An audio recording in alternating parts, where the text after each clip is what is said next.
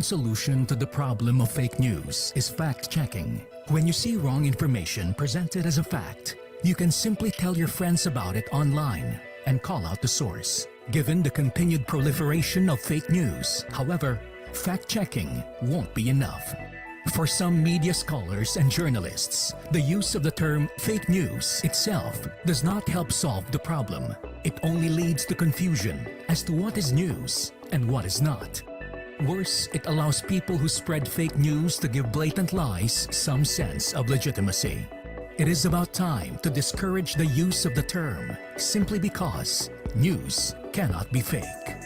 Disinformation and misinformation are clear and useful categories. I think the reason why we scholars push for this classification is that we want to avoid the idea that there is such a thing as fake news, right? News cannot be fake. It's either news or it's not news. Disinformation is when false information is deliberately created and shared to deceive other people. Misinformation is false information unintentionally shared. In the Philippines, disinformation is produced in various forms. These are developed increasingly from false articles, to memes, to manipulated photos and videos. A study funded by the British Council in 2018 showed strategists from the ad and PR industry, including social media influencers and former media people, are behind the production of disinformation. They participate in funded campaigns and programs to promote politicians and their interests. This also entails attacking a politician's enemies. The spread of disinformation is a profitable enterprise. This has led media scholars and practitioners to recommend a few other things that can be done to combat disinformation, such as the need to push for regulation requiring government agencies and politicians online to disclose who they are engaging to promote programs or campaigns. Kailangan mag-put in place ng standards on how the government uses social media and the internet. There must be full disclosure, transparency, and accountability in the use of Facebook and social media platforms by the government. So for example, tama na magkaroon ng Facebook pages, lahat ng ahensya ng gobyerno, lahat ng mga matataas na opisyal, para maging transparent sila at mas accountable sa public. Such a regulation would also make it difficult for anyone to hire trolls and disinformation producers. Another is the need for ad and PR agencies and social media influencers to practice greater self-regulation when it comes to accepting clients who seek their services for campaigns. We also talk about self-regulating, greater self-regulation in the ad and PR industries when it comes to digital campaigning. It's an open secret with them who the disinformation producers are. I have to be clear lang, those disinfo producers don't work anymore in the ad and PR industries. They don't work anymore in the media. Okay. They used to. So, and then they migrate into disinfo work. Okay? But sana the ad and PR industries would be more self-regulatory when it comes to this. We don't want government regulating them, but they could regulate themselves in terms of what campaigns they accept, whether it's unscrupulous or not. Media scholars argue that fighting the production of disinformation is very important because disinformation discourages fruitful and meaningful discourse. And meaningful discourse online, where facts and truth prevail, is a hallmark of a truly democratic society of honest and responsible citizens.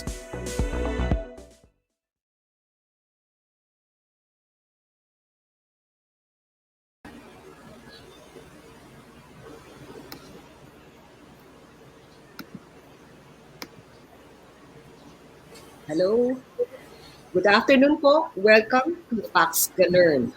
Ako po si Malu Mangahas at kasama ko si Bim Santos. Good afternoon, Bim. Good afternoon, Malu. Good afternoon, everyone. So, napakahalaga ng pag-uusapan natin ngayong hapon to help us understand what fake news is and what we can do about it. With us is a panel of award-winning journalists, an international professor of communication, and a representative from the government. All right. Ang ating mga bigating guest talaga namang veterano na, napakagagaling pa reporter. Una sa listahan ay isang awardee ng PhilSTAR Prize for International Reporting, isang Marshall McLuhan Fellow at kasalukuyang Editor-at-Large ng News5 Digital. It's my honor to introduce Mr. Manny Mogato, a journalist for over 35 years. Hello, Manny. Magandang hapon, Malu. Magandang hapon, Bim. Talagang literally bigatin ako. Heavyweight. Heavyweight. Magandang hapon. Okay, Magandang award-winning hapon sa din. inyong dalawa. Magandang hapon. Alright. Magandang award-winning din ang susunod nating panauhin. So, he's a Marshall McLuhan Awardee and a recipient of the first Humanitarian Reporting Awards of the Committee of the International Red Cross in the Philippines for his reports and documentaries on the Maguindanao Massacre. Please welcome, and it is my honor to introduce ang isa sa mga certified legit na Lodi sa ating industriya, Mr. Ed Lingao, a seasoned journalist and one of the hosts of One News's talk show, The Chiefs. Welcome, Bok. Good afternoon, good afternoon. Season parang paminta lang, di ba? Salt and pepper. Kung si Manny bigatin, ako bumigat na. All right. Welcome, Ed. At ang susunod nating panelist ay siguradong pamilyar sa ating lahat. She is an awardee of the Outstanding Young Men and Women poem in 2017 and the Outstanding Women in the Nation's Service or TOWNS in 2019. She is known for her documentaries on conflict and maritime disasters in the West Philippine Sea. Gracing us with her presence is none other than Ms. Shara Zambrano, correspondent of ABS-CBN News and Current Affairs. Hello, Shara. Hi, Shara. Hello. Hi, magandang hapon sa inyo at Happy New Year. Buhay pa tayo. 2020 is over. Alright. Thank you, Shara. So, to give us a perspective of the academe, with us this afternoon is an associate professor at We School of Communication and Information based in Singapore. He's also the director for Center for Information Integrity and the Internet, or InCube, associate editor of Digital Journalism and Human Communication Research. He also authored a book on critical incidents in journalism and analyzing analytics in journalism. He has conducted studies on the construction of news and social media messages and wrote an article on fake news. And if I may add, isa rin siyang dating reporter. Dati siyang long-time newspaper reporter sa Pilipinas. So he combines the perspective of an academic and a seasoned media practitioner. A round of applause, please, for Professor Edson Tandok Jr. Hi, Prof. Hello, magandang hapon po. Magandang hapon po sa ating lahat. Isa pong malaking karangalan na maimbitahan po sa event today. And also to be alongside with some of our respected names in journalism. So magandang hapon po sa ating lahat. I should be sharing, I prepared some slides for all of us just to start our discussion. So let me share my screen.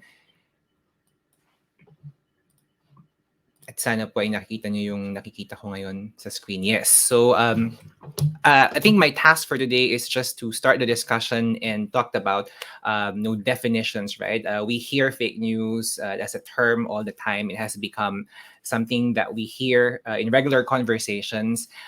Isa siyang malaking problema, pero the term itself is a problem, right? Because different people seem to use it in different ways. So ngayong hapon, I'll be sharing how we use this term in the research that we do here at the WikiMe School of Communication and Information at NTU, where I'm currently an associate professor.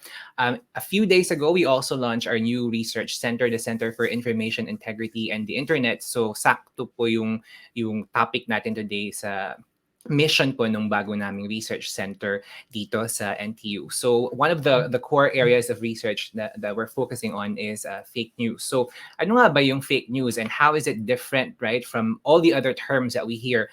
In the intro video, we heard misinformation, disinformation. In Singapore, yung batas na pinapatupad against fake news refers to a collective term called online falsehoods, right? And then we also hear other terms. So maybe I'll start with the online falsehoods, right? So for me, it's a general term in the research that we do. Maraming falsehoods, right? Iba-ibang types ng falsehoods. It's andyan yung mga scams, right? Emails that we get from, these prince or someone who's going to send us millions of dollars. They need help to transfer funds, right? And so maraming iba't ibang klase ng falsehoods, and now even before may mga falsehoods ng kumakalat, pero ngayon with online, with social media, with messaging apps, mas madali na yung pagkalat ng mga kasinungalingan, ng mga falsehoods, right? So there, for us here, it's a general term to refer to different types of falsehoods that are primarily created and propagated online. Other people then also talk about misinformation and disinformation, which are types of falsehoods, right? So as what we heard in the video, misinformation, in our research, we usually use misinformation to refer to falsehoods that are unintentionally created. So minsan nagkamali o hindi nakuha ng tama, right? And then marami nang naniwala na ganito ngayon nangyari, pero wala doon yung intention na makapanloko ng iba. Disinformation is I would say a dangerous type of falsehood kasi merong intention to deceive. So disinformation would be types of falsehoods that are intentionally created to mislead and deceive others. And usually the intention is either to make money out of it, to profit out of it, and also ideological motivation, meaning maybe there's political interest involved or someone's trying to push for a certain ideology.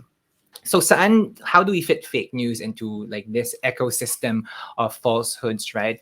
And I also understand because different people have used it differently. Now it's being used to it's being weaponized, right, against journalists. Nililabel ka na, fake news si ganito, wag natin paniwalaan yung ganitong network kasi fake news sila. So parang I hear that the argument is parang nawalan na ng meaning yung fake news. And indeed, in one research that we did, we reviewed the different ways that fake news as a term was used. So ito yung ilang mga paraan kung paano ginamit yung fake news as a term. So I don't know if you remember in the late 1990s nung naging sikat yung The Daily Show ni Jon Stewart, who was the second host of the show. So a lot of research was done understanding why is it that draws people into political satires, right?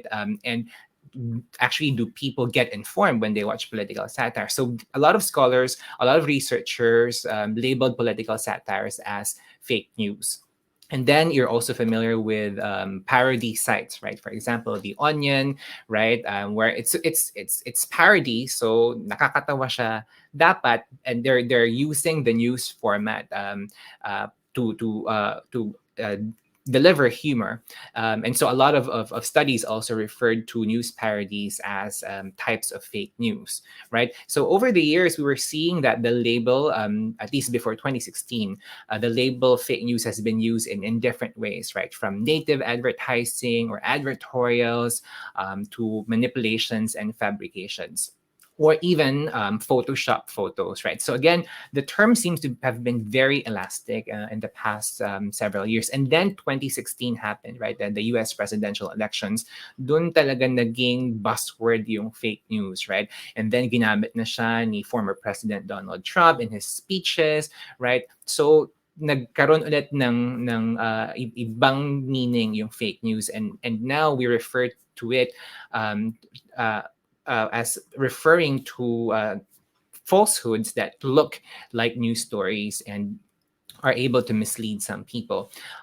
In the research that we do here at NTU, ganito yung conceptualization namin ng fake news. So we reviewed the different ways that fake news as a term has been used, and we identified yung components ng definition. So una-una, very obvious, pag sinabing fake news, ibig sabihin hindi totoo. So mababa yung level ng facticity niya.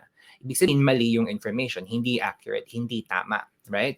But then there's also intention. So yung ibang mga gumamit ng fake news as a term, they focus on the intention na hindi lang, it's not only that there's wrong information, pero may intention na makapanloko ng iba. There's intention to deceive others. And for me, as a former journalist and someone who continues to study journalism, I'm very interested in the use of conventions that are associated with real news. So yung format also, I think part of how we're defining fake news now is yung format, right? The power of fake news to deceive also comes from its mimicry of the news format. So pag nagbasa may yung mga fake news websites na minomonitor namin, if you look at them, yung pagkakasulat, gumagamit ng inverted pyramid, yung layout ng website, 'di ba? Merong headline, merong photo, may mga links. So nagmumukha talaga siyang news site. So for me, again, as someone who studies journalism, yung panggagaya sa format ng news is something that I'm very concerned about. So pag minap natin, right, itong mga dimensions na to, it's possible for someone to intentionally create a falsehood online and spread it.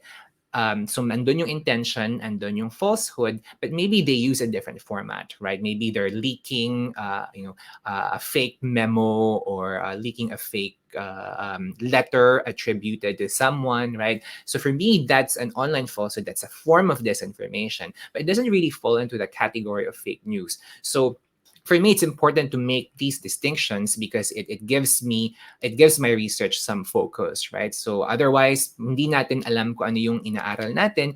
And if we're designing interventions, if we're designing ways to solve an issue, right? If our definition of what constitutes the issue isn't clear, mahirapan tayong gumawa ng nararapat na intervention. And so in the research that I do, I'm very particular that our focus is on the intersection of these three components. That is false, it's intentionally created, and it's intentionally created and intentionally packaged to look like news, to be able to deceive. So for me, that's my focus. So this is how I define fake news in the research that I do, and also how some researchers define fake news in the research that they do. But as we've said, fake news is old news. This has happened before. So those of you who are fans of history would remember, cases in Germany, in the U.S., where some people actually produced fake editions of real newspapers for propaganda purposes, especially during the war. Some of you might also be familiar with the War of the Worlds broadcast in the 1930s. Ang nangyari, mayroong radio drama, ang ginawa nilang format is kunyari nagbabalita, tapos kunyari meron yung reporter nakakita ng spaceship, tapos may mga lumabas na aliens, tapos na-take over na yung parts of the US. And so yung mga nakikinig sa radio program na yon, they also panic. And this was the time when radio as a medium was still very new. So in that example, right, we see how the format is mimicking the format of real news, but the details, the information being relayed are fake, are not true, are fiction. Basic fiction lang sila. So again, the problem of fake news and the phenomenon of fake news is not new. But again, as what we've shared earlier, right? Now, yung fake news as a term, so we have an academic definition for fake news, but in real life, ginagamit na siya in different ways, right? We've heard of politicians using the term, weaponizing it to discredit real journalists and discredit real news that they disagree with. Kasi negative yung coverage sa kanila, so sasabihin nila fake news yan, even if the report is based on facts and has been vetted by several editors and is actually backed by evidence. And so other scholars have differentiated between fake news as a genre, right, which is what I shared with you earlier, and also fake news as a label. So now as a label, right, people are in a way misusing the term to again demonize legitimate sources of information, and that is quite dangerous. It's something that's concerning, and I hear arguments that we should stop using the term because it's just ang hirap ng i-pin down yung meaning kasi iba't ibang tao, iba't iba yung paggamit sa fake news, right? I think the important thing is we need to understand how people on the ground, how they define it. So sa mga focus group discussions that we do here in Singapore, pag tinanong namin yung mga participants namin, how do you define fake news? Actually, iba-iba rin yung definition nila.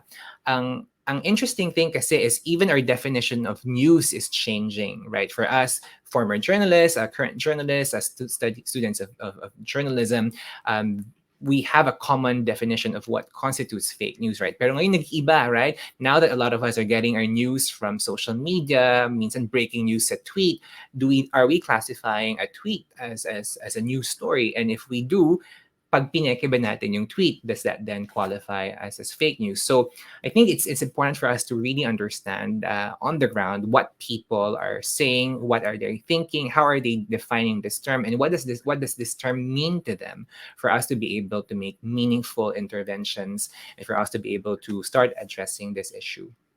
So I will stop there because I know we have a great panel. I'm looking forward to a good discussion this afternoon.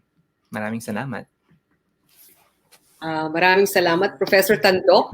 Actually, may dagdag pa kaming bisita para makumpleto, no? Bim, introduce lang natin, ha? To complete our roster, to help us see and hear from the other side of the fence. Kasama din po natin sa ating panel ay isang kaibigan at dating reporter na ngayon ay nasa Presidential Communications Operations Office bilang Assistant Secretary. He created the Office of the Global Media and Public Affairs and leads the Strategic Communications Plan of the PCOO. Ladies and gentlemen, please welcome JB Arsena. Hello, Asek JB. Hi, ma'am. Hey, Asek. Good afternoon po, Miss Malu, and good afternoon din, Bim. Good afternoon po sa lahat ng mga nanonood po sa inyo. Alright. Bim, balik tayo na sa ating panel. Okay, maganda yung malaman yung discuss ni Professor Tandok, no? Especially ngayon na marami na talaga, as in almost everyone is digital savvy, no? Lalo na mga kabataan, pagising sa umaga, it's either Facebook, Instagram, or Twitter, di ba? Or even some, yung TikTok na usong-uso ngayon. So, pero ang tanong nga ba, no, na tinanong din Professor Tandok, lahat ba na nakikita natin online ay totoo at tama? Well, of course, that's very questionable sa environment ngayon. So, sino nga ba ang dapat paniwalaan? So, diyan pumapasok yung facts, Ganern. Okay? So, diretso na tayo ngayon sa panel, Malu, no? Okay. Tanungin nga natin si Manny kasi sa isang webinar, Manny said that misinformation or infodemic has the same ill effects of creating chaos, confusion, and even hysteria. Why do you say that, Manny? Why? Yan, Malu, kasi itong nagdaang taon, dumanas tayo ng pandemya at kung ano-anong balita ang ating nakita sa internet. At sa mga balitang ito, nagkaroon ng panic at hysteria sa ating lipunan. Kaya minsan nagkaubusan ng supply sa supermarket kasi nagkaroon ng panic buying. No? Pati nga yung paggamit ng gasolina daw para sa laban ng COVID, pininiwalaan ng ilang tao. At sa Amerika, ganun din na iniinom pa yung mga solusyon na ito na magpapalinis ng ating katawan. No? Pero sa tingin ko, malaki ang epekto ng disinformation sa ating lipunan kasi sinisira nito ang demokrasya. Paano? Kung ang tao maniniwala sa maling mga balita at hindi na paniniwalaan ng ating mga journalist na gumagawa ng totoong balita na base sa facts at ebidensya, sa tingin ko malaki ang problema natin, no? Kasi ang disinformation hindi lamang sa pamamagitan ng pagsira sa isang reputasyon o paggawa ng mga peking balita, kundi minsan ginagamit ito bilang propaganda at bilang pagpopromote ng sariling agenda ng isang tao, ng politiko o ng isang korporasyon. Okay. So malinaw na nawawala ang kredibilidad ng ating mamahayag at ito ay isang threat sa ating lipunan. Okay. Nawawala kredibilidad ng media. Tanong ko lang yung mga journalists, si Shara at saka si Ed Lingao. Does the term and the use of the fake news construct, very reputable, but you don't know what it includes, what it excludes, does it diminish or does it enhance the practice of journalism sa tingin ninyo? You Ed? mean the use of the term, no? The use of the term, Yeah. the phrase fake news. Ako, I do acknowledge na medyo problematic din yung term kasi it does give a sense of legitimacy doon sa falsehoods o doon sa disinformation. It's basically disinformation eh. I think I see it nga sa a subcategory of disinformation eh. So it does, using that phrase does give it a sense of legitimacy na para siyang a branch of news na medyo problematic, So it already has been weaponized since 2016, beginning with Trump and so on down the line.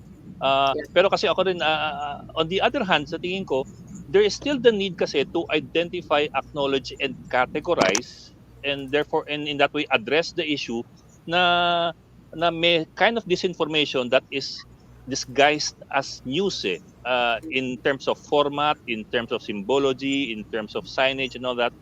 So talagang may ganong subcategory na ngayon na kumakalat, and that is more insidious. I suppose we have to kahit papaano find a way to describe that this Okay. kind of disinformation. All right. Si Shara, ano tingin mo? Does it hamper your practice of journalism? Kasi kalat-kalat, lahat ng tao, kahit maling spelling lang, fake news daw. Oo, marami nga nagsasabi na, let's stop giving power to the term fake news by using the term fake news ourselves, para mabago, matanggal sa vocabulary yung salitang yon. Pero alam naman natin yung lengguwahe ng tao, pagka kumagat na, napakahirap na niyang tanggalin.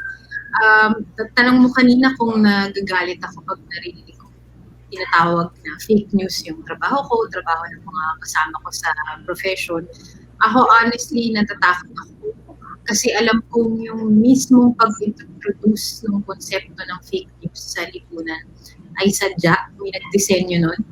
And yung fact na ginagamit siya very loosely ng ordinaryong tao, that means that design worked. The idea has been planted, and now its two-pronged damage is now in full effect. First of all, it has been deceiving so many people in so many ways, in different circumstances, to the advantage of those who are doing the faking. And pangalawa, it's destroying our reputation. Sino ang paniniwalaan ng tao kung hindi nila tayo mapaniwalaan? At yung paniniwalaan na lang nila ay yung boses na mas malakas. So, kung kailangan nating tama si Bok, isipin natin kung ayaw nating tawagin itong fake news. It's here and it's here to stay. So we should come up with something else to call it na malinaw na didistansya sa atin. Okay. Tanong lang natin para yung panig naman ng gobyerno. Sa JB, you've seen both sides of the conversation. You were a reporter and now you're with PCOO. Can government be judged for actually engaging in propaganda or public information or even worse, maybe disinformation? Di ba parang karapatan naman yun ng mga taong gobyerno to promote policies or for that matter, political parties. So what do you think? Pwede ba kayo talagang may license to peddle fake news or disinformation? First of all, Ms. Maluno, I deny or we deny na involved kami sa mga disinformation and misinformation or proliferation ng fake news. Kasi bilang dating taga-media rin, isa rin sa mga narinig yan before I joined the government, isa sa mga reports na naririnig ko na the PCOO ay maintaining daw or employing troll farms or purveyors of fake news. Pero when I joined the government, since mga napatunayan, especially dito sa PCOO, yan sa bagay na kasi kami, especially my team, handling we're one of the officers na magawa ng mga strategies to disseminate information to the public. Okay. So we maintain that the quality of scores are not organized. and build a national consensus. Ang trabaho namin is stick or mandate to serve as a tool for informing, educating, and making the citizenry about the matters of national importance, for inspiring the citizenry and the civic engagement. So, ang ginagawa namin is to our guests, we continue to create more engagements, especially with the media, para mas ma-connect and they can directly connect with government policymakers.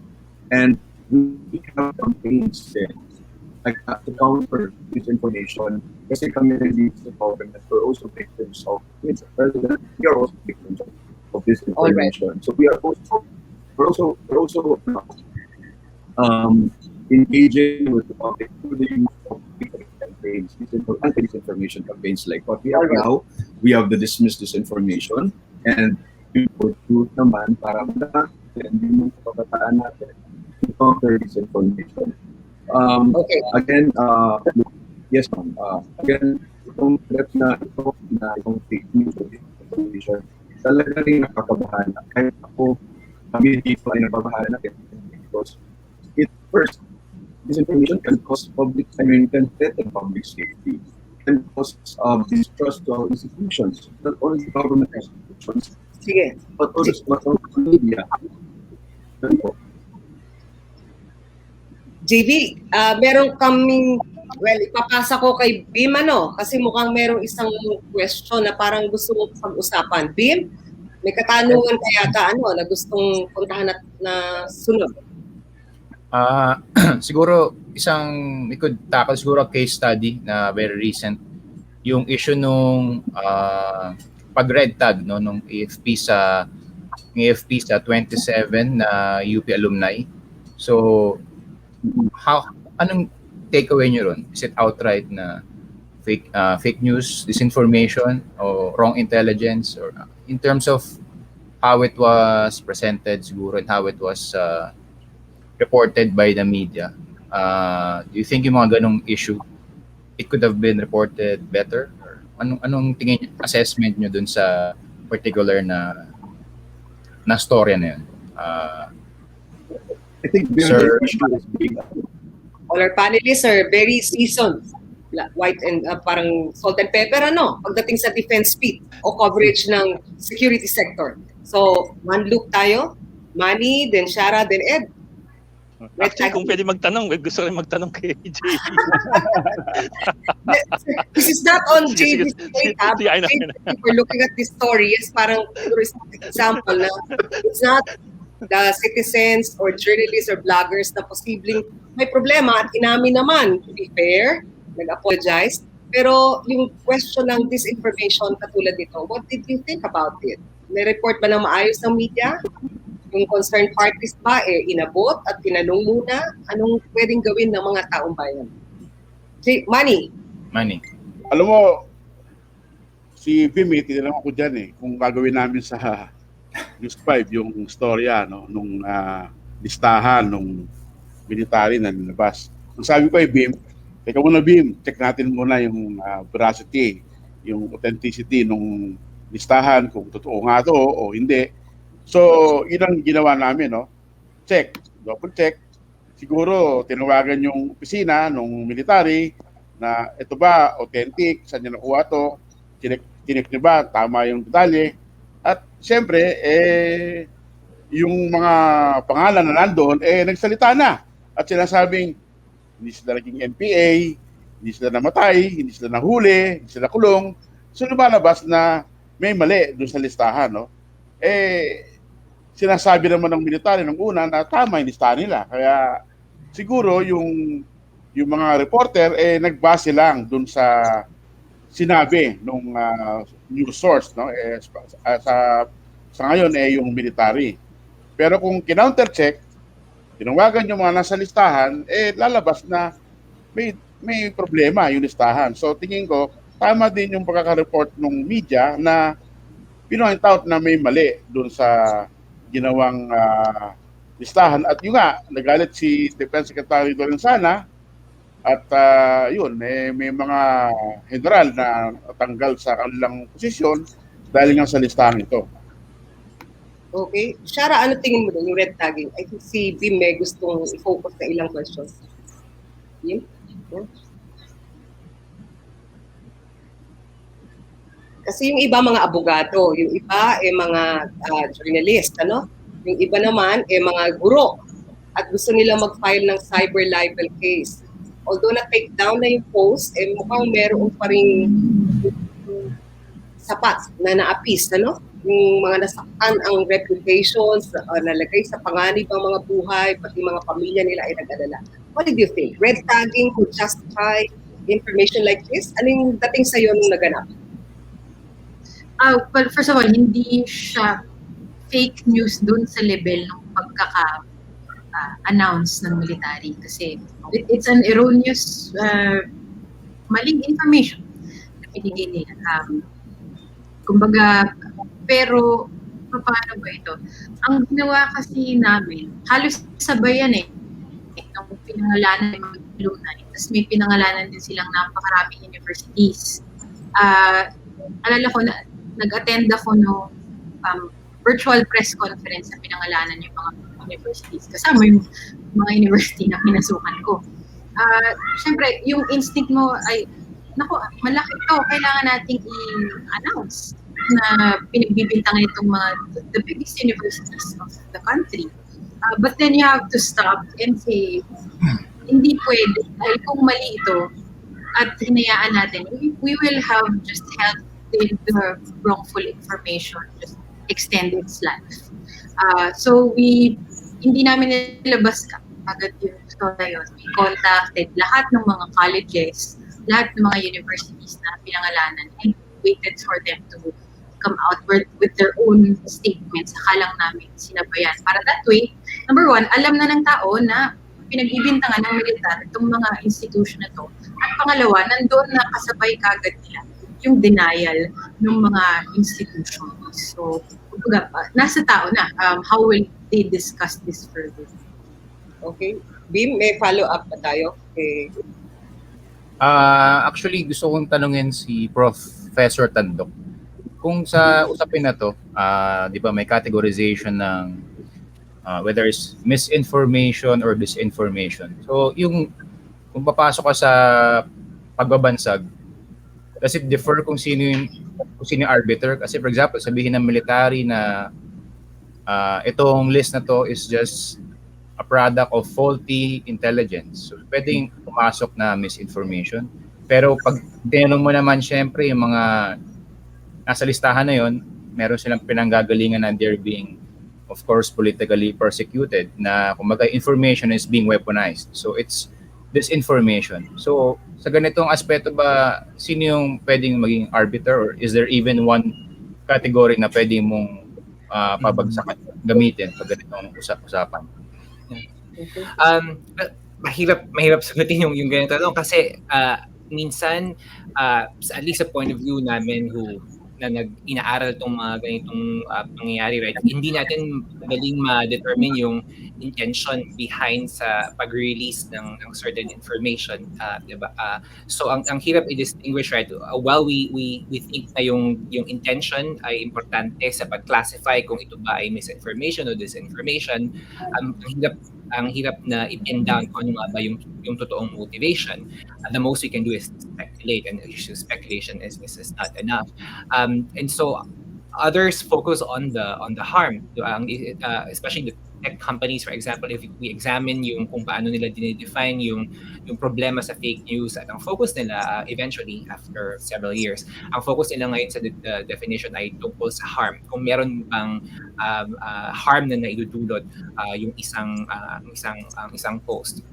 Going back to yung earlier discussion, I think it is encouraging to see that journalists around the world, especially in the Philippines, are becoming more proactive at na-realize natin na itong mga nagpapakalat ng maling impormasyon, whether intentional o hindi,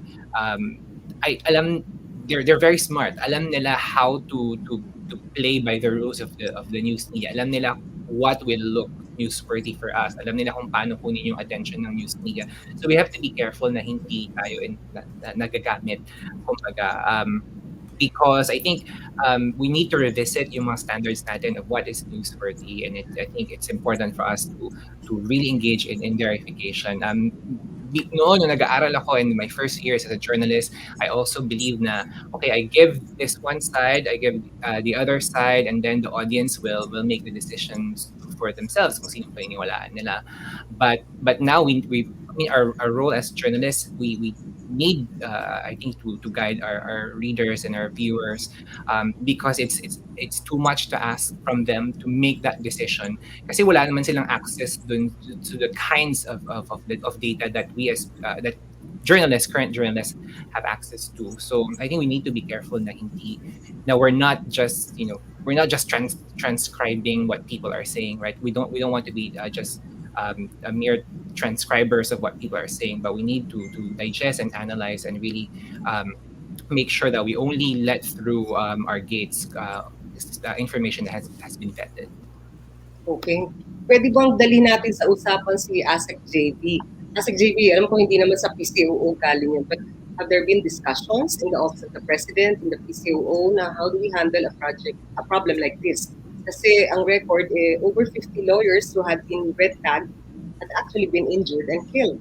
So, hindi lang naman siya simpleng fake news, kundi may violation of do no harm, no? The principle natin sa journalism. Paano ho yun sa tingin niyo? Napag-usapan ba ito sa palasyo o sa PCOO? Mahina yung audio niyo po? Nakamute. Okay. I'm Yes, sorry. Regarding po dito sa recent erroneous report from AFP, hindi po ito napag-usapan namin because ayaw po namin pagmamasukan kung ano man yung magiging action. I understand that it is being handled internally by the PNP, and no less than the Secretary of the National Defense has said that this was erroneous, and may mga corrective measures naman sila na ginawa. Same sa amin naman, sa case namin sa PCOO, we're very careful and cautious, lalo na yung office ko, sa pagre-release ng mga information as much as possible. Parang journalism or yung communication standard na ina-apply sa office ko ay parang tulad ng mga natutunan ko rin sa media. I have to verify kung anumang information na pumapasok at mga pinapagawa sa amin. You have to verify it properly. Dapat at least dalawang sources din, hindi ako sa ganitong side or kung kanino man, para hindi ho rin kami makuryente. Kasi takot din kami makuryente. Kasi kumbaga yun po yung mga natutunan namin sa media ay ina-apply po namin dito sa PCO para accurate, factual, kahit timely na mga information ang kailangan namin ilabas para na rin po sa kapakanan po ng ating mga kababayan. We're very careful po sa paglalabas ng information, lalo na po kung it involves po yung mga kaligtasan ng ating mga kababayan. Okay. Bago tayo lumipat, Tim, si Hawk, mukhang hindi natin napagbigyan ng airtime. Hawk, ano tingin mo sa usapan? Airtime talaga. Satisfied ka ba, Box? Online. Well, to be fair nga naman to ASEC JB, hindi naman niya, it's not under Hindi his kanya to. hindi kanya to but yun nga kasi it does show a multi-layered problem di ba? You on one hand you have media naman, I think reported it properly, may context naman, ask the right people, ask the right institutions, and put it out there na itong assertion ng isang website o ng isang Facebook profile at ito yung lumabas sa aming pagbubusisi. So kahit paano I think okay naman in general yung media handling of it. I think the problem in part din kasi is that now you have other channels to step over media. Now you have social media. So even if media reports it properly, it was a Facebook page by the AFP. So laktaw yan talaga doon sa mainstream media. And you have no way of counter checking that except by hoping na people will refer to you as the mainstream media for the proper context. Pero other than that, social media affords all other sources, all our other former sources, a direct channel to the public, which is good and which is also bad. Kasi ngayon, they can just spread fake disinformation, fake information, misleading information and people just lap it up just on the basis of popularity. So may ganung problema na eh. Our gatekeeping function has been essentially eroded by social media. We still go do our own do our job, do our own fact checking, but in the end we're still hoping that we are able to compel people to go back to us for the proper information. Okay, thank you, Tim. Meron kang sunod na focus topic? Siguro ano na lang yung so ngayon 'di ba social media, so talaga legitimate source na siguro ng niya siguro no definitely ng information yung Facebook, Twitter. What can you say in terms of siguro considering din yung pressure in terms of sa mga newsroom na humanap ng stories na mag-rate, and we all know na high rater or high engagement stories usually yung mga stories at trigger anger, yung mga controversial. Ganun. In terms of uplifting siguro yung standards or areas that could be improved, anong masasabi nyo on how journalists can avoid falling yung makuryente ba or kumagat sa mga fake news leads sa social media? Ano ba kayong mga nakikitang common pitfalls na pwedeng iwasan? Okay. Pwede kong idagdag lang, may mga sources ako naririnig na minsan tinatanong sila dahil daw na-tweet ng source o dahil daw nasa Facebook ng source. So it has substituted for real ground level interview, Q&A, and documents research for the reporter. At minsan, yung reporter mismo yung nagkakalat, yung hindi pa verified. So medyo may ganung concern kayo. Yung question ni Bim, ano yun? Na dahil pag viral, parang okay yan for ratings. Okay Is yan. a tweet a lead na ba? One tweet, is that a legitimate soundbite na ba? Or ano yung policy ba na maganda? Yun yung problem, ano? Ano ba yun? Yung mga sources umiiyak dahil na-tweet lang, balita na. Actually, malaking challenge na sa mga journalists. No? Kasi, hindi lang sa Pilipinas yan no? Nung presidente pa si Pangulong Trump, isasalita siya through Twitter. No? Karamihan, fake news ang medyo di tama yung mga sinasabi niya. No? Sa atin, ang mahilig dyan si Secretary Locsin na hindi nakipag-usap sa media, tweet na lang tweet.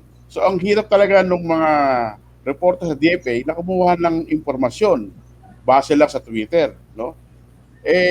Talagang dapat kasi may interaction ma-challenge mo yung sinasabi niya kung tama o mali. Katulad nung ginawa nung sa military na hindi naman na-challenge kasi nga hindi na basta sa social media. So, malaking problema to kasi ang tingin ko nga, yung mga journalists ngayon ay number one target ng disinformation at yung mga gumagawa nito ay naging sophisticated, no?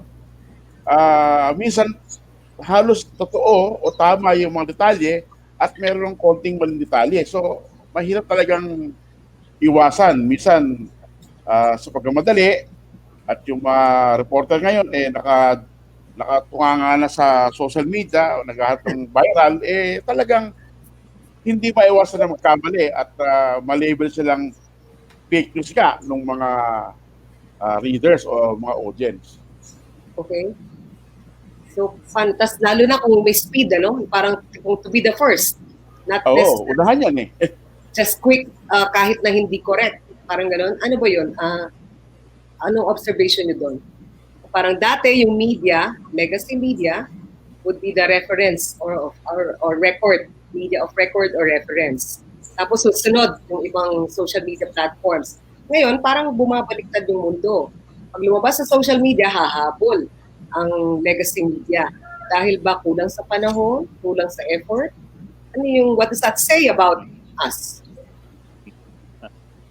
Ano kasi may effect din yung let me add na rin may malaking impact ng pandemic doon sa how we cover with the pandemic ang dami sa mga press conferences ngayon are online, hindi na kagaya dati na face to face where you can easily challenge any assertion made by your source. Ngayon pwede kang i-mute pag online ka. o pwede kang hindi pansinin, o pwedeng i-screen yung tanong mo. Pangalawa, if you do remember, di ba, ang meet madalas ng isang press con, hindi yung press con mismo yung follow-up question mo o yung ambush interview mo pagkatapos kung saan mangi-scoop ka. Ngayon, that's no longer possible eh. Di ba? Yeah. So we're also trapped by circumstances and that makes it more difficult for us. And it's also harder to develop sources now kasi puro kayo online, except for a few syempre. Pero di ba, basically kung ganun ang ikot ng mundo natin for the past year, you can imagine how the quality may be affected. Okay. Shara? May kasama pang uso dyan na pag kami nagtanong ko sa source, ang ibabato sa'yo ay recorded statement niya. Sinasagot lang yung tanong mo on video. Dahil alam niya TV ka, tapos expectation na sasalpak mo lang yun sa storya mo. And a lot of times, when you're pressed for time, yun na talaga yung magagawa mo. So wala na yung moment that you get to interrogate their points. Which should be the value and set us apart from all the other people who are purveyors of information. And I think they know this. Sa tingin ko, they're kind of enjoying this inconvenience that the pandemic has brought on us. Ang ginagawa ko na lang, halimbawa, si Secretary Locsin nag-tweet, attribute. Sabi niya ni Secretary Locsin ay ganito. And then if you feel that there's something more that needs to be said or something more that needs to be asked, nagdadagdag ako ng additional line for context. Halimbawa na, he said this, but there is also this. And then you just follow it up as you go along. Kasi hindi mo na rin pwedeng banggain yung pace ng social media ngayon eh. If you insist on, sa TV Patrol, antayin nyo yung totoong balita, promise, ito yung pinakamaganda. Wala na. Wala nang masasabing bago dahil the conversation started in the morning and by the time the sun sets, it would have already evolved. Ang maganda, gusto ko sanang pag-usapan yung paano yung mga live speeches ng Pangulo. Oo. Maganda nga issue. Simpler din, di ba? Tapos sige live, tapos saka natin pag-usapan pagkatapos. Pero ngayon, nagiging problematic na. So, parang wala pa tayong conversation as a professional. How do we tackle this? Magandang pag-usapan yan. Bin, sunod tayo. Sige. Okay. Are we gonna read questions ba or? Yeah, I think merong question na pwedeng tingnan. So, kung areas for improvement, diba sabi nila merong mga armchair journalists, meron din naman na talagang field reporters na siguro ngayon sabik na sabik, bumalik muli sa kalsada o saan man merong areas for talagang nakaka-high blood na coverage. What makes a good story? Ano yung facts na complete sa digital media? Facts na false o kulang at complete kung nandyan yung digital media. Ano yung fact-checking na pwedeng gawin natin ngayon? Bilang reporter, let's say, confronted with a tweet by a public official, a legitimate at important source.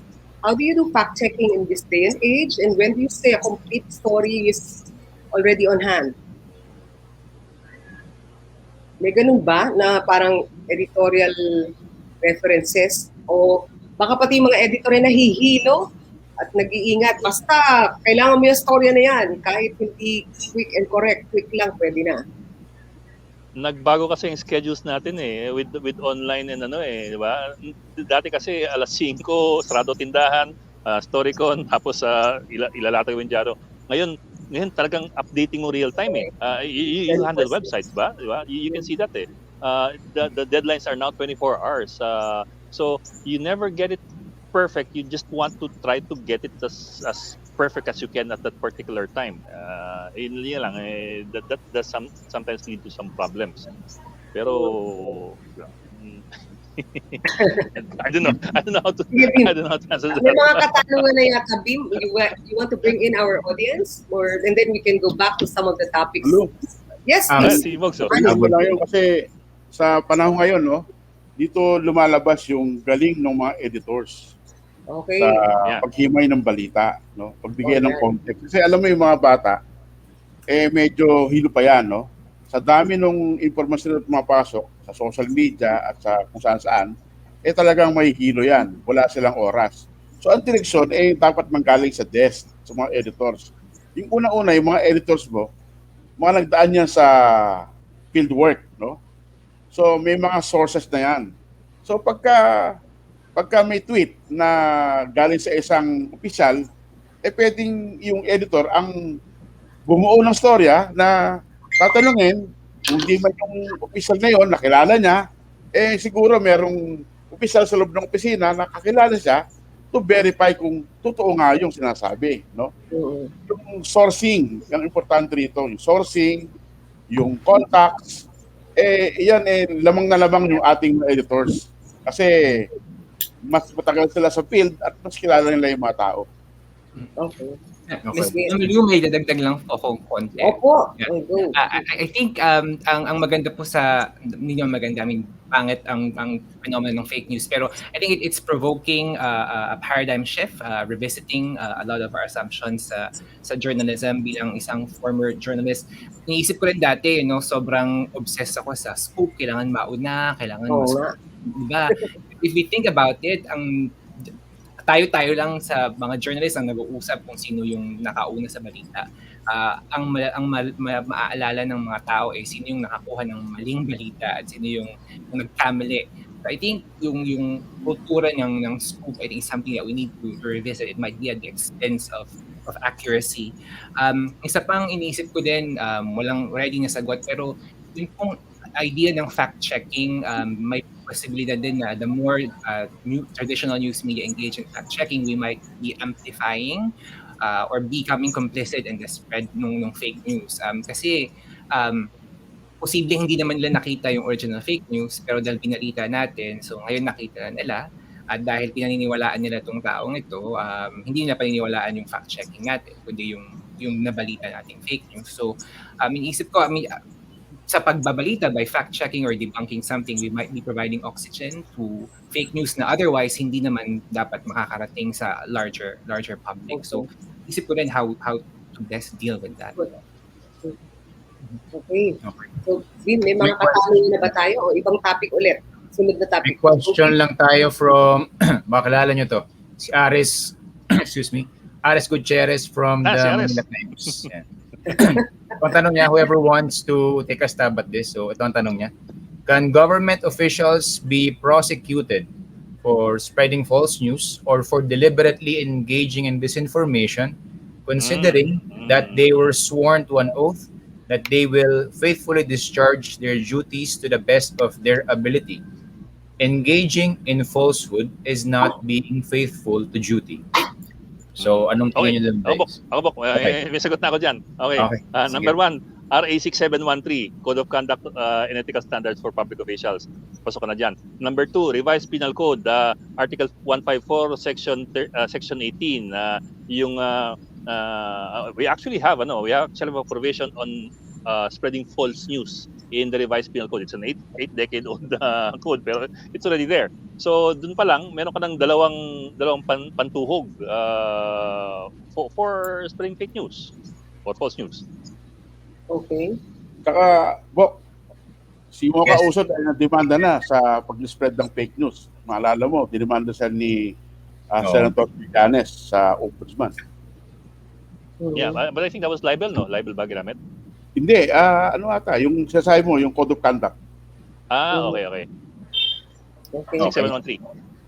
Pero kung ang naging biktima ng fake news ay mga taong bayan na wala namang access sa mga abogado or medyo kapos ang finansya, how do you seek redress? Kasi you cannot go to court nang wala ka namang sapat na resources. Diba? How do you get actual relief? Kung ikaw ay biktima ng fake news from a government official or agency? Mahirap nga sagutin niya. Punta ka ng PAW. Kasi iba, napatay lang o nasaktan na red tag lang. Yun yung isang problema natin dito. Ngayon isa lang takbuhan ng bayan. Si Rapi Tulfo. Sabi tulpo. Na na-encuentro ni Ed Linggao dahil meron Hindi si Rapi yun. Hindi si As Rapi hindi pala yun, naka-encounter. hindi pala si Rafi. Okay, yung kapatid pala, the other Tulfo. Anyway, so, isa yun sa parang, ano yung reports? Hindi pala po si JV has some inputs here. Dahil, minsan, wala, you seem so totally helpless. Pag taga-taong gobyerno ang nagbansag o nagsabi ng maling balita o maling pahayag. Ms. Malu, I agree with Mok Ed and Sir Manny. No? Lahat po ng mga nasa gobyerno ay accountable. Kung ano man po ang mga dapat po kayo maging ehemplo ng tamang work ethic, tamang pagsunod sa mga batas at mga at sa legal batas. Dahil kami po ay una, pinapasahod ko ng taong bayan. Pangalawa, kami po ay may mga sinumpaan pong mga di ba, yung mga office namin na kailangan namin sundin. So, tama po, lahat po kami, sabi nga, no one is above the law. Lahat po kami ay pwede rin pong managot sa ating pong mga batas. No? Hindi po kami Special siya wala pong VIP sa batas natin dapat. Yun po, naniniwala po ako doon na dapat pantay-pantay po tayo kahit kami po o sino man po sa amin pong sa gobyerno ang nagpapakalat ng mga fake news ay dapat pong managot sa taong bayan, managot sa amin na kaya kami nga po kami po ay sumusunod sa tamang communication standards, tamang pagsusulat o tamang pong mga ethical na code of ethics sa pagpapalabas ng mga impormasyon o public information mula sa opisina namin. Dahil yun po ang mga natutunan namin mula sa media at ayaw po namin din na mabansagan na kami po ay nagpapakalat ng maling balita. Okay. Ma'am Malu, may pwede po ako mag-follow up kay Sir JV. All right. Follow up lang kay Sir JV. Curious lang po ako, ang kasama po ba sa mandato ng PCOO to also oversee yung content sa social media ng ahensya ng gobyerno for quality control? Kasi minsan it's not one thing yung facts and accuracy, but another thing is just even like typos or maling spelling or maling grammar.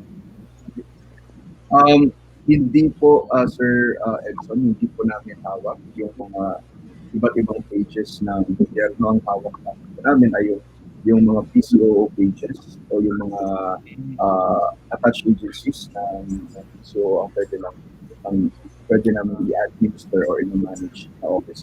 Sa kaso po namin, sa opisina po namin, after po nung incident last year, no, kami po yung naatasan ni Secretary Martin to vet all the information na pinupost doon sa PCO page dahil na po sa nangyaring unintentional na pag-share ng information na hindi naman dumaan sa amin at kay Secretary Martin. Okay. Yeah, meron Shara wants to say something. Ano siya? Oo. Tanong ko, baka may masagot si JV. Pero I'd like to hear input from others din. Kasi may ina-observe ako na parang dalawang klaseng cop-out lagi. Pagka mayroong mga information na contestable na nanggagaling sa estado, sa gobyerno. Una is, oops, sorry, nagkamali kami. Titingnan namin kung paano nangyari yung pagkakamali ito. Pero nandiyan na. It's out there. You delete a post. Is that enough? Tapos pangalawa, yung paggamit ng personal pages of government officials to post very clearly government lines. Dun sa unang halimbawa siguro yung off the top of my head, syempre naalala ko nung nag-post ng mga infographics, cross-posting ito, infographics against ABS-CBN and why it deserves to get shut down and all of the laws that it violated. Cross-posted across PCOO, NTF-L, at marami pang mga official government pages. At ang sinabi lang is it wasn't an official post. But it's an infographic. Hindi lang siya may inantok habang nasa computer at nag-accidental type at biglang napindot niya na send. Graphics. A series of graphics. And then, parang gano'n na lang ba yun? Oops, di namin sinasadya. And yun nga, pangalawa, pagka-personal page ng isang government official, pwede bang cop-out na those views do not represent the office when if you look at the messaging, it very clearly does. Okay. JB siguro muna, tsaka Bok, baka meron kayo.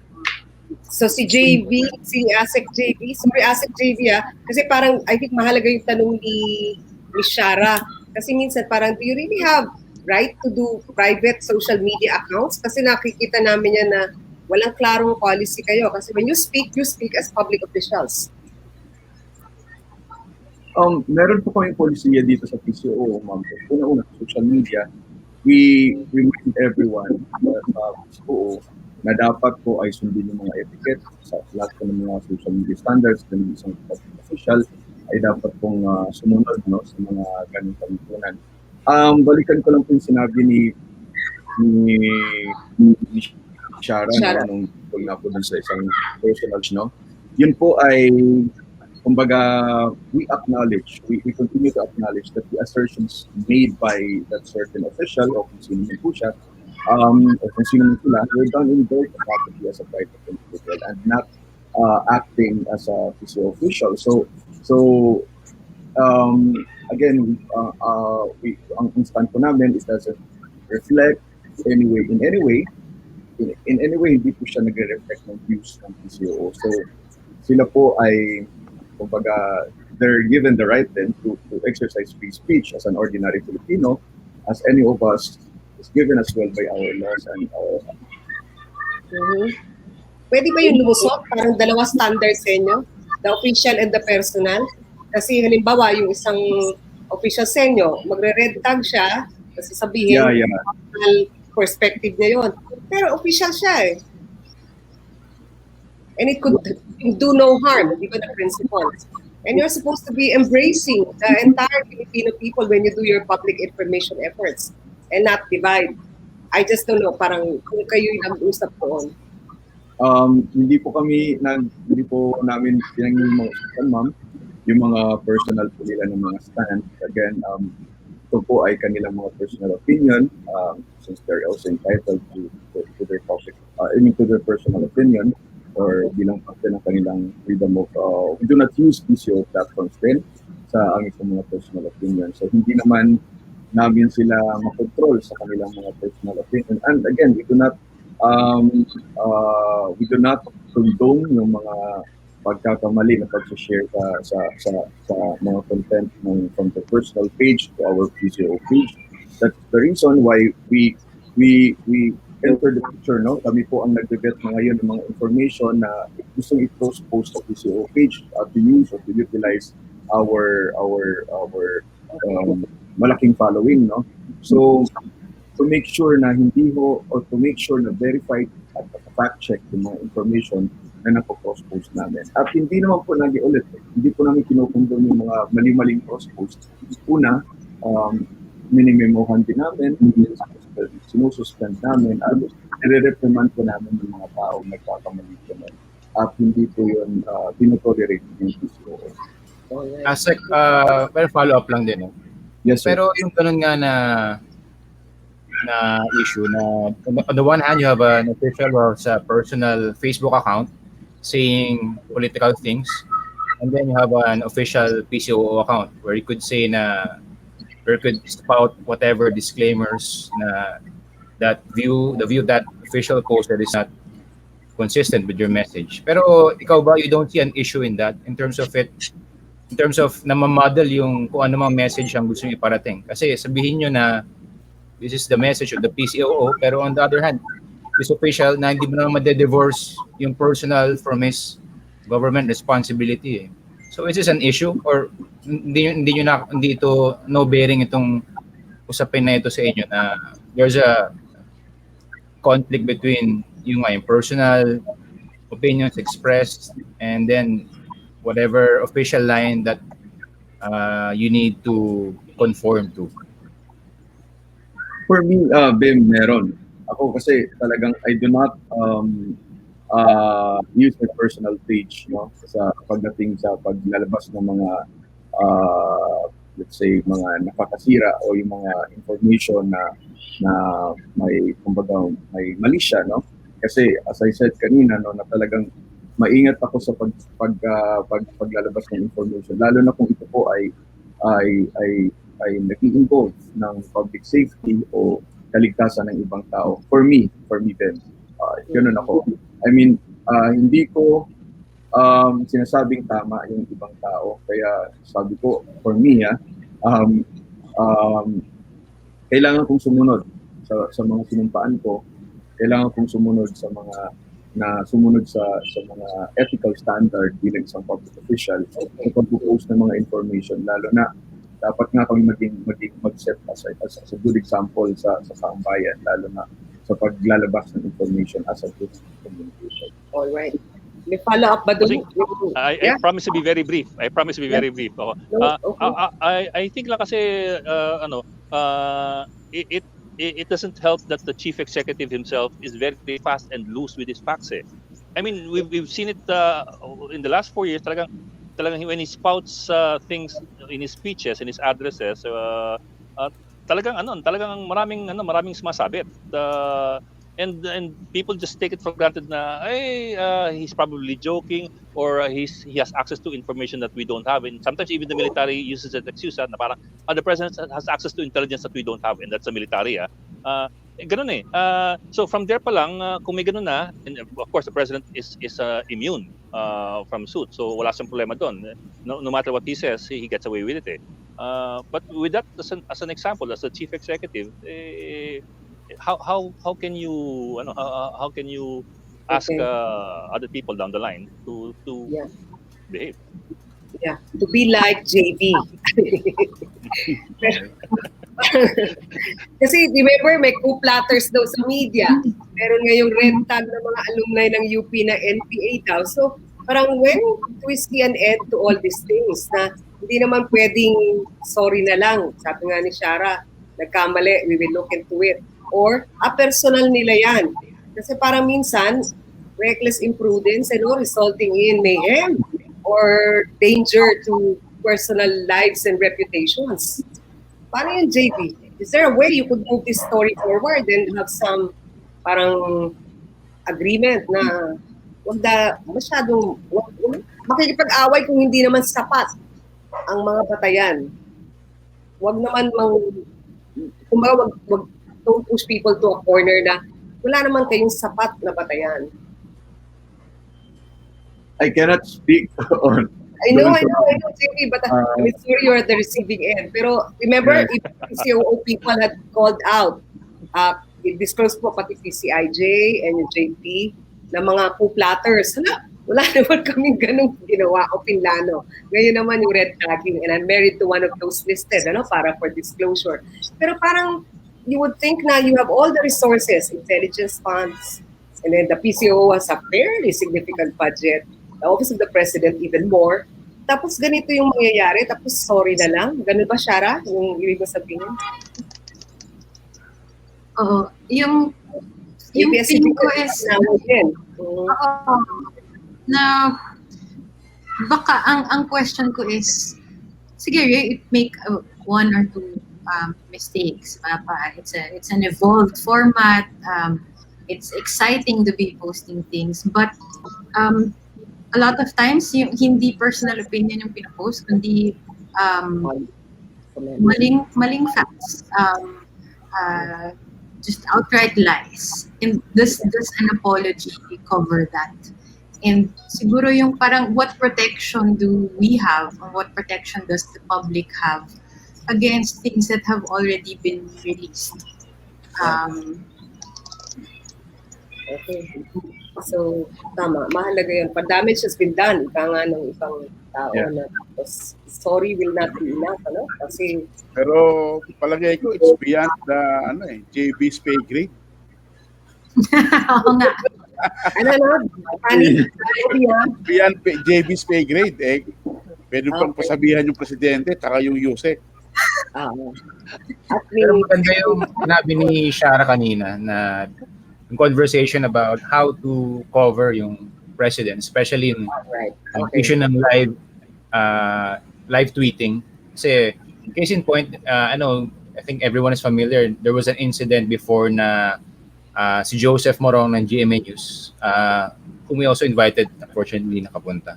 So I think may incident na nakuyog siya sa social media because there was something na I think it's also part of his responsibility as a palace reporter that he live tweets the president as he delivers a speech.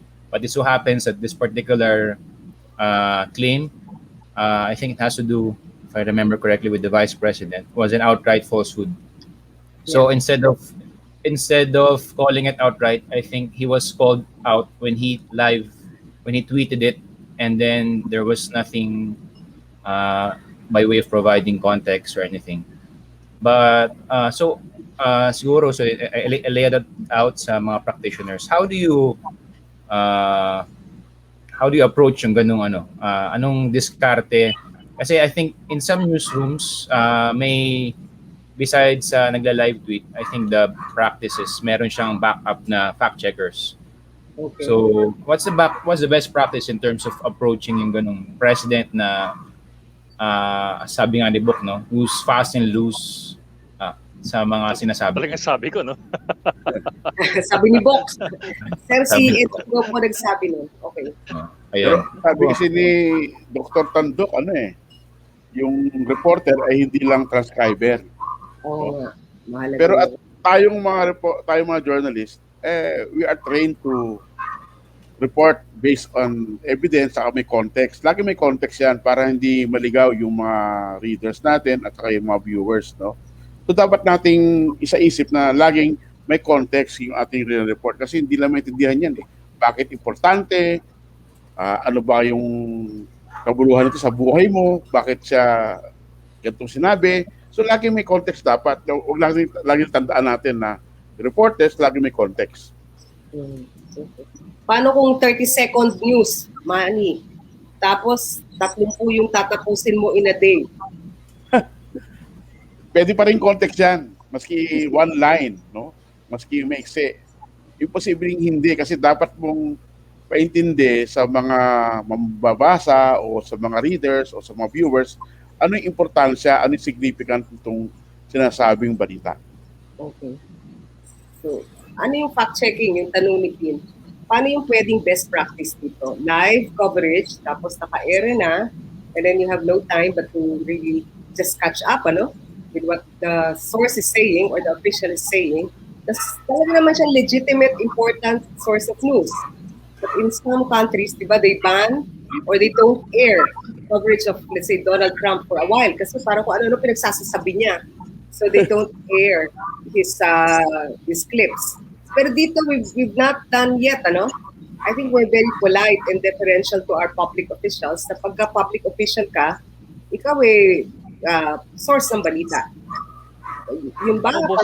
Medyo problemado. Well, I see the value in that na you don't air for example an official speech because you think may problema dun sa facts enumerated in the speech. Pero sa akin kasi rin yun it's a very slippery slope Number one, you're not the only source of news anymore.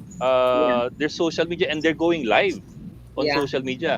So the fact that you refuse to air that speech is already used against you as ammunition that you are biased, and that undermines your position and credibility. And people will no longer tune to you, even if they were just sitting on the fence. So that undermines you. Number two, it is your chance if you use that clip or use that speech.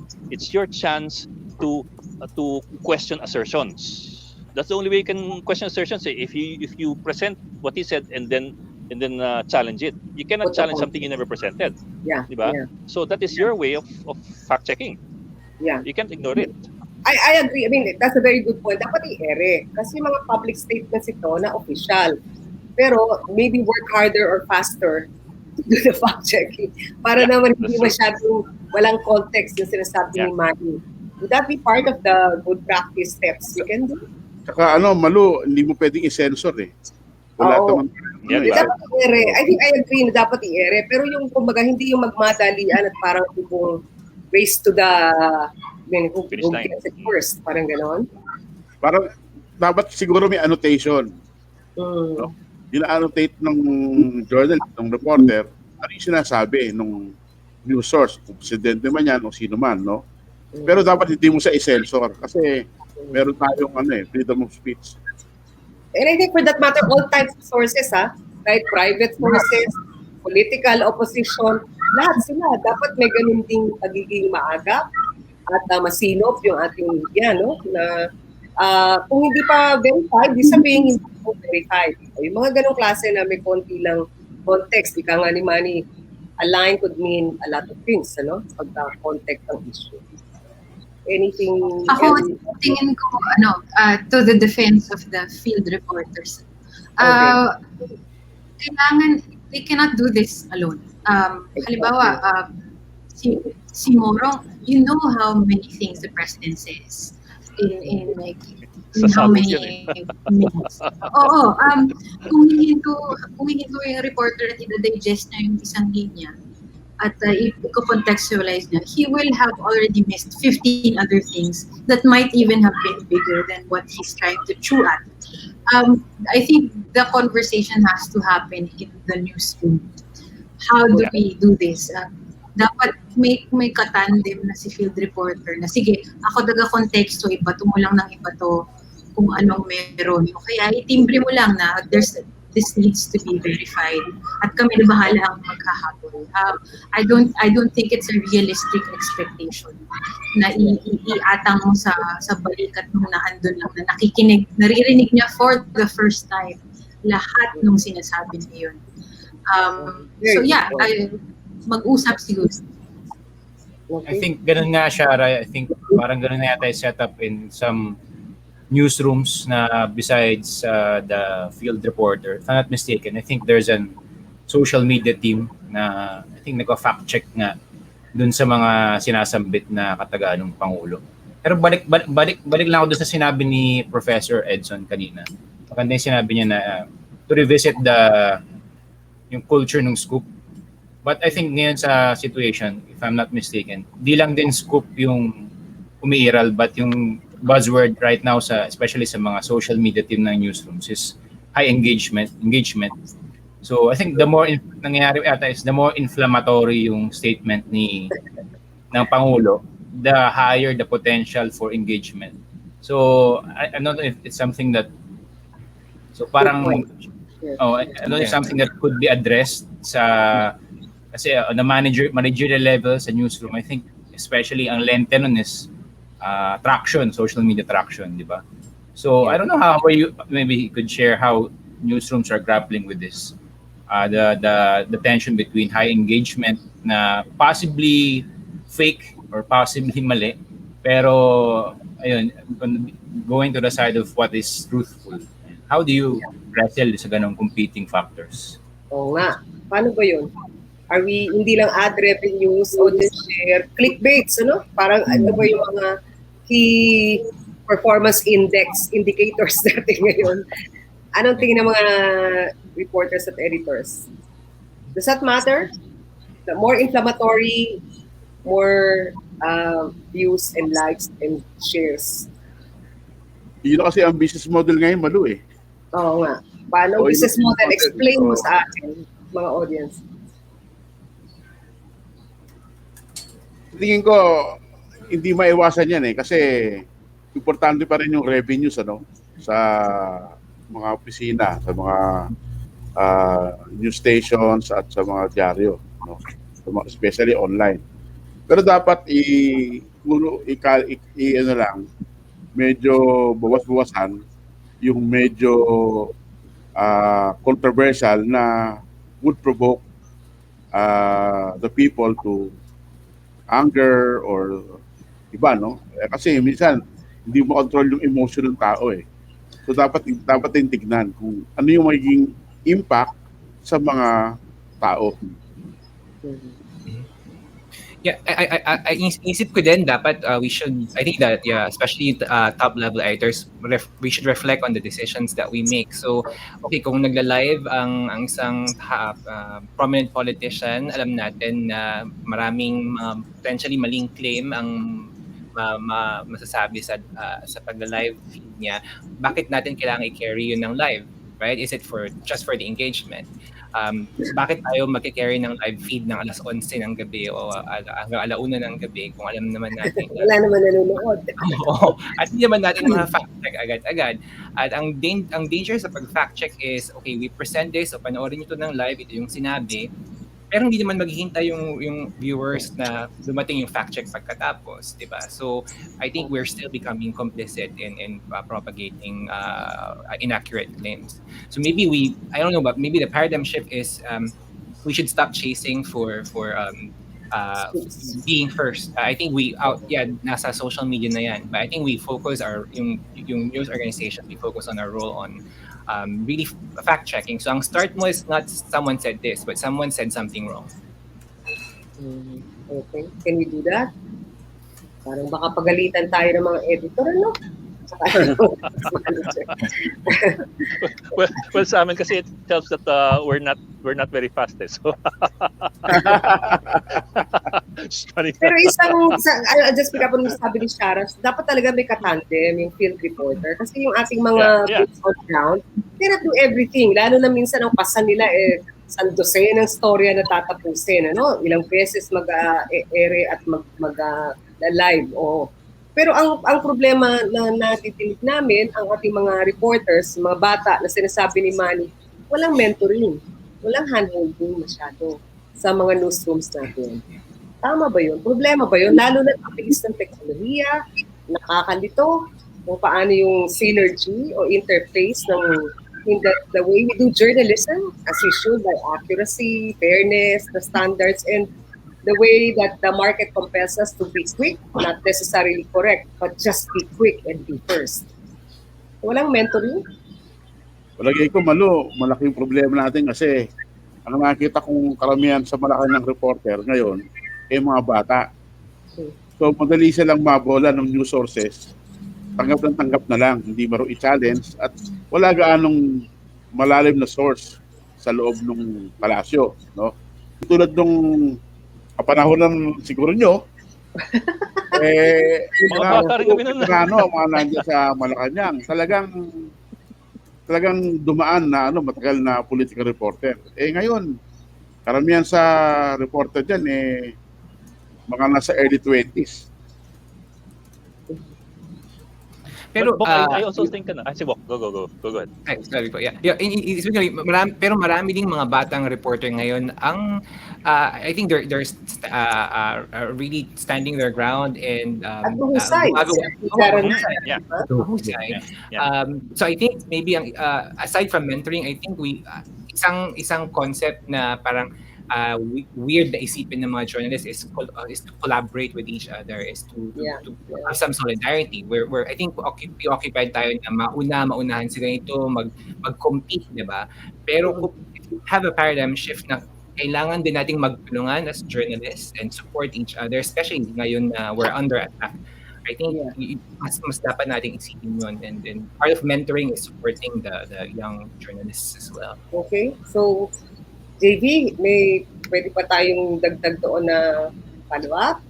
Maganda yung mga suggestions, ano? So, siguro, may tanong pa ba from the audience? May tanong, Malu, from Zane Esparaga. So, I'll read this.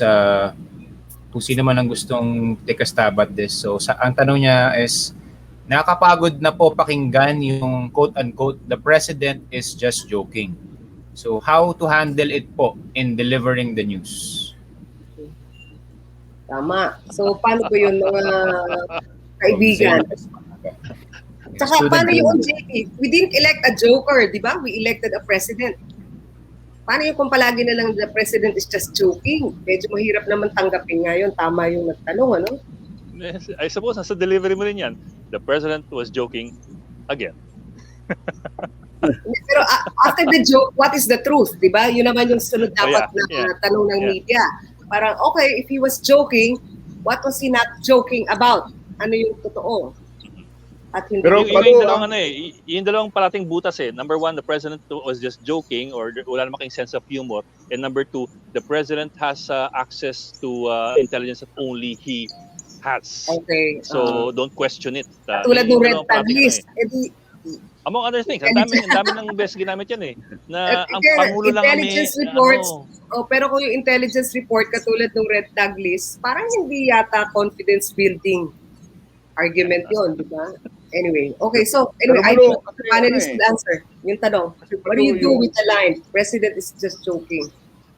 Kasi problema ko dyan, yung sinasabi na the president is joking, galing lagi kay Harry Roque yan eh. Di ba?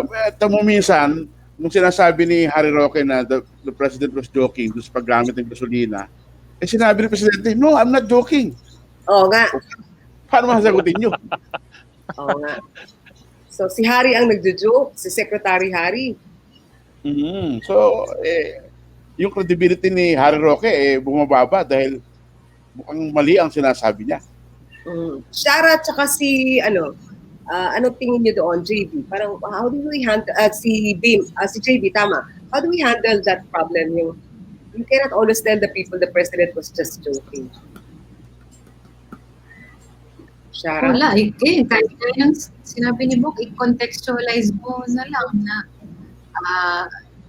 sinabi na naman na nagbiro na naman after receiving backlash from the public.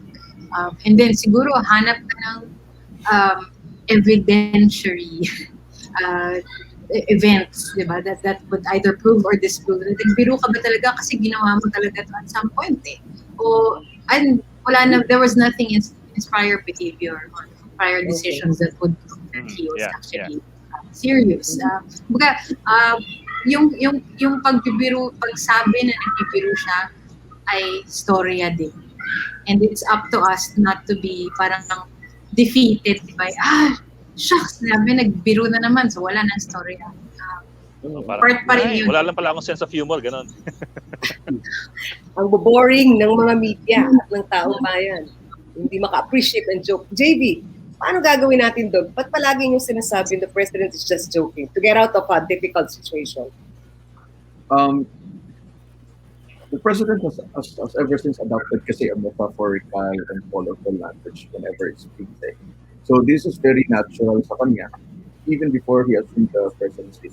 Okay. So people should not dwell on the rhetoric of the president, but instead base it on his policies and actions. So maganda pa rin kung titingnan natin kung ano ba yung actions o yung mga nagagawa ko magaganda.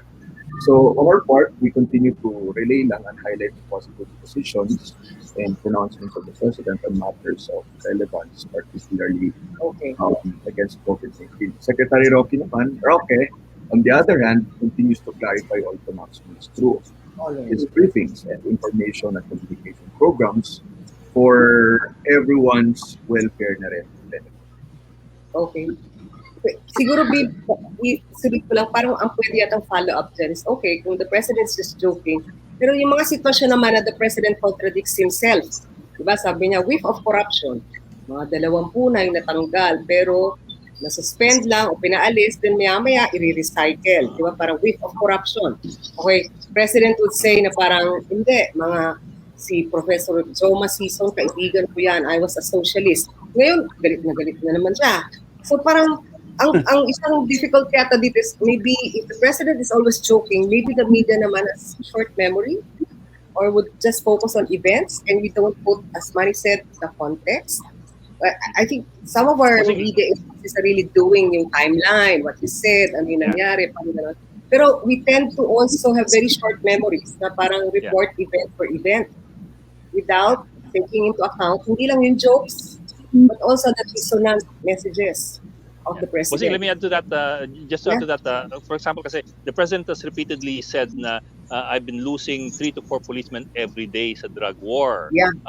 The numbers certainly do not bear that out kasi ang ilang libo na yung patay dyan. And the numbers in drug war, of course, do not bear that out. But he said that so many times, 3 to 4 policemen every day. Pero minsan nagbabago siya 5 to 6. Minsan umabot siya ng 7 to 8. So doon pa lang parang where is he getting all these figures? And the figures do not jive with government statistics.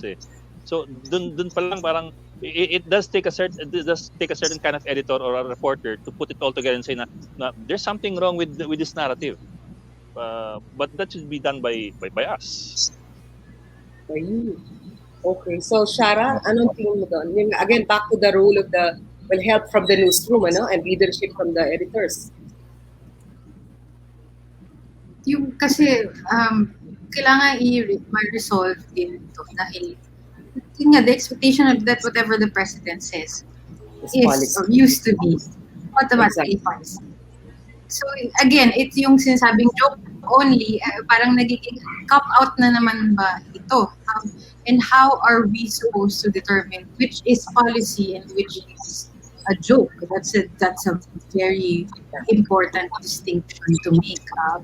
Is this, kung malaman, is this a deliberate style? And ayun nga, yun siguro yung context na laging kailangan ibalik. Kasi para hindi rin maano yung kapangyarihan ng linyang joke only. Dahil yun nga, hindi pwedeng nagbibiro. May mga bagay na hindi pwedeng. Yun, mahalagang point. Yes. Merong isang sinasabi si Pangulo na matagal bago na fact check. Yung maranaw ang lola ko. Na lahat ng tao naniwala na may dugo siyang Muslim. Pero sa isang libro, malabas na wala pa lang maranaw ng lola ni Pangulo. May sinabi pa siya dati nung Maute group, yung rise nila towards the Marawi siege. Marami akong kamag-anak na miyembro ng Maute group. There was nothing to prove that at all. Siguro kay JB, meron pang parang boundaries yung sinasabi ni Shara. Are there things na not staple for jokes? Lalo na kung ikaw ay Pangulo? Kasi parang meron bang dapat may borderline din na some things are too serious and could actually cause people harm or injure reputations, families, communities, and hindi dapat laughable matter. Meron bang nagsasabi sa kanyang ganun? Or kayang magsabi sa kanyang ganun? I'm not sure kung merong we were supposed to be in the seat of the center of things where it's happening, the office of the president. I think the best person, ma'am, to answer and make clarifications about the president or kung ano mga sasabihin niya is the spokesperson. But again, as I said mo, we should not, huwag tayo masyadong sa kung ano sinabi niya lang. That's all. But instead, we have to focus kung ano yung mga policies and actions na ginawa niya. Yeah. Kasi minsan, yun lang ang problema ng mga reporter. Minsan, seryosong bagay. Tapos sasabihin, joke lang. Yeah. Professor Tandok, for Edson, what do you say? So I missed the yung main question. Parang, may boundaries ba yung pag-joke, lalo na you're a high government official, and parang hindi naman laughable matter yung ilang bagay that would actually affect communities, personal safety, or even policy issues that are so grave, di ba? Parang, okay. Yeah. Well, it's anyone's right to make jokes. It might be distasteful to others, pero karapatan niya yun. But I think for journalists, we need to make sure that we're not reporting jokes, right? I mean, it's not our business to report things that are funny. So, ang problema is, how do we then ask politicians to first state, right? Is this a joke or are you being serious? And whether this can be something that we can put on record or something that we can just dismiss. Itanong, parang joke po ba to? Palagay ko kasi it's part Yes, of the character, no? Populist leaders like Donald Trump, yung sa Brazil, yung sa India, kasama si Pangulong Duterte, para sa karakter nila yan to build popularity sa mga tao, no? It's Definitely. creating a cult, connecting no? with the community, no? Oo, Yeah. so hindi natin maasa kanya yan Nandiyan na yan. We have to live with that. Okay. All right. Pero Malo, kasi the Bible is full of metaphors but the president is not writing the Bible, he is writing policy. He's dictating policy. Oo nga, and talking about speaking policy. Bim, meron pa tayong katanungan? Actually, I think it's time to wrap up na guys. Yeah. So medyo napasarap yung kwentuhan natin. Pero let's lead off siguro with a few words from each one of our panelists. Leading off siguro with a question na taking stock of what we have discussed. Siguro a word to the public or even siguro sa media practitioners on how to navigate siguro this brave new world. How do we, I don't know, how to deal with misinformation, disinformation, or siguro a few minutes each before we wrap things up. All right. Sir Ma'am. One round. Isang ikot. Umpisa ulit doon sa hindi na daw bata si Manny. Okay. Alam mo, itong panahon na to very important, very significant para sa ating mga journalists.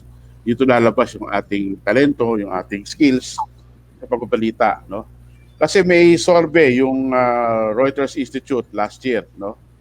Na ang trust ng public sa media, lalo sa Pilipinas 27% na lamang, no? Siguro nung unang panahon, tayo ang number one source ng balita, ngayon marami na. So, nandyan yung disinformation at yung social media.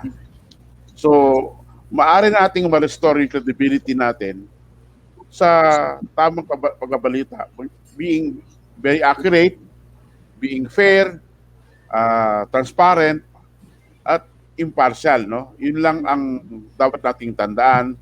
Maski mahirap yan, maski maraming challenges, tuloy lang ang ating trabaho sa ganung paraan. Okay. Si Shara, katulad ng role nyo kanina. Tapos huli natin si Professor Edson. Shara?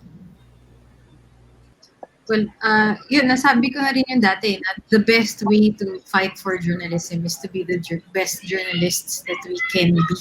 And pakita natin each and every time what we're made of and what we're for. I'm hoping, I'm optimistic that the time will come that they will believe in this again. Pero dun sa punta ako sa kung ano yung mangyayari in the coming months. Tingin ko kailangan na ng mga media organizations to start voter education campaigns. Sa ngayon, hindi na ubra yung mga vote wisely. Dahil noong araw, it's generic lang. Ganun lang kailangan gawin. Register to vote and then vote wisely.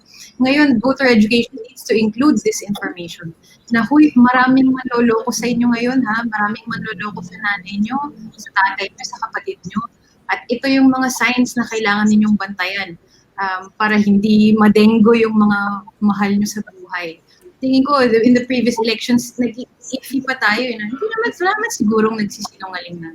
Hindi naman siguro baka aksidente lang. But now that we know for a fact that this information exists and it's being used by people in power, we really need to sit ourselves down and say, hindi pwede. Tapos ang madalas na, napapansin ko lang, madalas na iipit o naloloko ng disinformation online. Sa experience ko lang may mga tito, mga tita na sanay na kung ano yung mabasa nila ay totoo. I guess the suggestion is let's start with our families. Let's educate people in our household. How do we protect ourselves? At saka na tayo maglabasan. How do we protect our community? Very good. Thank you, Sharon. Okay, si Mr. Lingao, si Bok. Oui. Ako, it starts with fighting what we call or what some people would call fake news or disinformation. Kung may nanlaban, dapat tayo manlaban. doon sa, I mean, call them out. It starts with that. Hindi pwedeng, wala yan, tapos walang kwenta yan, mali yan, tapos you just disregard it. No, it doesn't work that way. You have to call out these things and make sure that people hear you when you call them out. The other thing is, sinasabi nga ni Shara, you have to do better than them. You have to prove that your news is really news, as against yung peke lumalabas. Otherwise, people will just see you as the same thing.